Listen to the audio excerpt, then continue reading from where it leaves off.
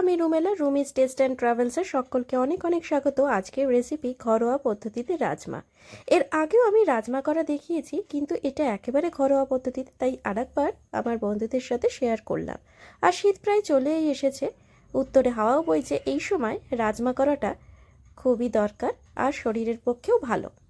প্রথমে সর্ষের তেল নিয়ে তার মধ্যে গোটা গরম মশলা নিয়ে নিয়েছি। গোটা গরম মশলার মধ্যে যা যা থাকে অ্যাজ ইট ইজ সবই থাকবে। এরপর আমি পেঁয়াজ আদা রসুন পেস্ট দিয়ে ভালো করে মশলাটাকে কষিয়ে নেব। আর একটা কথা বলে দিই, এই রাজমাটা আমি পলিশড রাজমা ব্যবহার করেছি, আর নর্মাল যে রাজমাটা থাকে সেটাও আপনারা ব্যবহার করতে পারেন।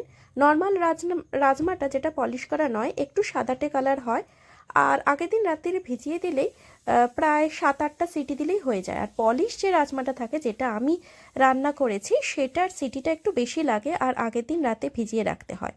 মানে লাল ধরনের রাজমাটা সিটি দিতে লাগে প্রায় 10 থেকে 12টা, আর নর্মাল যে বাদামি কালারের রাজমাটা হয় সেটা পলিশ নয়, সেটা সিদ্ধ তাড়াতাড়ি হয়ে যায়। তবে দুটো রাজমার ক্ষেত্রেই কিন্তু আগের দিন রাতে আপনাকে ভিজিয়ে রাখতে হবে। চটজলদি এই রেসিপিটা কিন্তু একেবারেই হয় না। মশলাটা কষাতে থাকতে হবে আর তার সঙ্গে অ্যাড করতে হবে নুন, হলুদ, জিরে ধনে গুঁড়ো। রাজমা রেসিপিটা মেনলি উত্তরপ্রদেশের রেসিপি, আর আমরা খুব একটা এখানে আমাদের কলকাতায় প্রচলন না থাকলেও আমি কলকাতার বাইরে যখন থাকি, পুনে, হায়দ্রাবাদ বা এই সমস্ত জায়গায় যখন থেকেছি, দেরাদুন, বিশেষ করে দেরাদুনে যখন থেকেছি, এই রাজমা খুবই খেয়েছি। কারণ এই রাজমাটা কিন্তু ওয়েদারের উপর ডিপেন্ড করছে, মানে খুব গরম ওয়েদারে কিন্তু রাজমাটা একেবারেই খাওয়া যায় না। কলকাতায় এসেছি আর শীতটা যেহেতু একটু পড়ছে, একটু শিরশিরে মতন ওয়েদার হয়েছে, তাই রাজমাটা ট্রাই করলাম আর আমার ফ্রেন্ডস ফলোয়ার্সের সঙ্গে অবশ্যই শেয়ার করলাম। তবে এটা কিন্তু একেবারে নিরামিষ রান্না হলেও নিরামিষভাবে রান্না করা যাবে না, পেঁয়াজ আদা রসুনটা লাগবে, কারণ এটাকে মাংসর মতন রান্না করাই শ্রেয়। শুধুমাত্র আদা দিয়ে কিন্তু এটা রান্না করলে স্বাদ তেমন খোলতাই হবে না। মশলাটা নিয়ে ভালো করে কষাতে থাকতে হবে মশলা থেকে যতক্ষণ না তেল ছাড়ছে। এরপর আর একটা পেস্ট আমি এর সঙ্গে অ্যাড করব, সেটা হচ্ছে কাঁচা লঙ্কা আর টমেটো পেস্ট, মানে টমেটো পিউরির সঙ্গে কাঁচা লঙ্কা পেস্ট করে নিয়েছি, সেটা ভালো করে মশলার সাথে কষাতে থাকবো।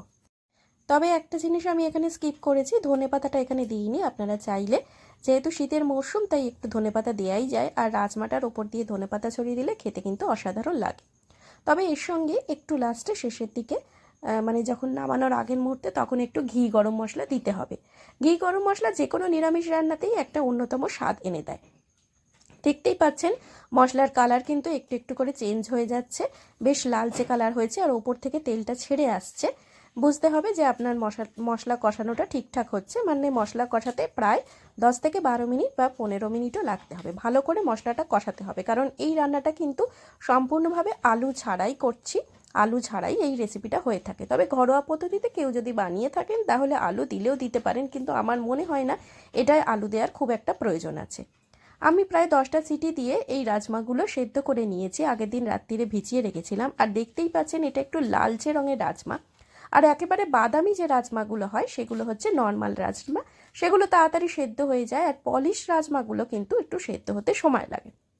আর মাথায় রাখতে হবে, আগের দিন রাত্রিরে কিন্তু অবশ্যই ভিজিয়ে রাখতে হবে, না হলে কিন্তু নেক্সট মর্নিংয়ে আপনি রান্না করতে পারবেন না। সেদ্ধ রাজমাগুলো এবারে আমি দিয়ে দিয়ে মশলার মধ্যে কষিয়ে অল্প একটু জল দিয়েছি, আর এটা ফুটতে শুরু করবে। তার আগে আমি একটুখানি মানে গুঁড়ো গরম মশলা দিয়ে দেবো, আর একটু ঘিও অ্যাড করব। ঢাকা দিয়ে বেশিক্ষণ ফোটাতে হবে না, কারণ রাজমাগুলো অলরেডি সেদ্ধ হয়ে গেছে। মোটামুটি ধরে নেন 5 থেকে 7 মিনিট ভালো করে ফুটিয়ে নিতে হবে। ফুটিয়ে নিলেই একদম রাজমা রেডি। আপনারা বাড়িতে কে কে রাজমা করেছেন বা আগে কোনো দিন ট্রাই করেননি যারা, অবশ্যই কিন্তু আমার সঙ্গে শেয়ার করুন। রাজমা যদি আগে ট্রাই করে থাকেন কিংবা ট্রাই না করে থাকেন, সমস্তটাই আমার সঙ্গে শেয়ার করবেন।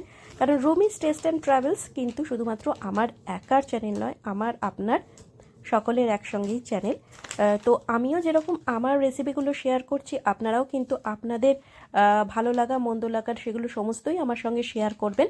আমি আপনাদের মতামতের অপেক্ষায় থাকবো। বা রাজমাটা যদি কেউ অন্যভাবে ট্রাই করে থাকেন অবশ্যই কিন্তু জানাবেন। আর রাজমাটা কারি চাউল রাজমা এগুলো সমস্তই ইউপির, তাও আমরা ট্রাই করতে পারি। আমরা তো বাঙালিরা বেসিক্যালি সমস্ত প্রভিন্সের রান্নাগুলোকে নিজেদের করায়ত্তে করে এনেছি, তাই এটাও আপনারা ট্রাই করে দেখতে পারেন যদি আগে কোনোদিন ট্রাই না করে থাকেন। আর জিরা রাইসের সঙ্গে রাজমা অসাধারণ লাগে খেতে। আমি আগেও অনেক ভিডিওতে দেখিয়েছি, আপনারাও ট্রাই করতে পারেন। তাতে আর অন্য কিচ্ছু কোনো সবজি লাগে না কিন্তু। তাই এই শীতের দিনে তখন একটুখানি গা গরম করা রান্না করলে বেশ ভালো লাগে, শরীর গরম থাকে, শীততাপ একেবারে শরীর থেকে চলে যায়। আমার তো কষাতে কষাতে বেশ লোভ লাগছিল, জিভে প্রায় জলই চলে আসছে। আপনারা ভাবতে পারেন যে এরকম রান্নায় আবার জিভে জল আসতে পারে। হ্যাঁ, যারা ট্রাই করেননি তারা কিন্তু ট্রাই অবশ্যই করতে পারেন। আমি জানি এটা একেবারেই মাংসের মতন খেতে হয়। হ্যাঁ, নিরামিষ রান্না, কিন্তু স্বাদটা একটু অন্যরকম। নেক্সট টাইমে নতুন কোনো ভিডিও, নতুন কোনো রান্না নিয়ে আবারও চলে আসছি আমি রুমেলা, রুমিস টেস্ট অ্যান্ড ট্রাভেলসে। ততক্ষণের জন্য আপনাদের মতামতের অপেক্ষায় থাকবো। সকলে ভালো থাকুন।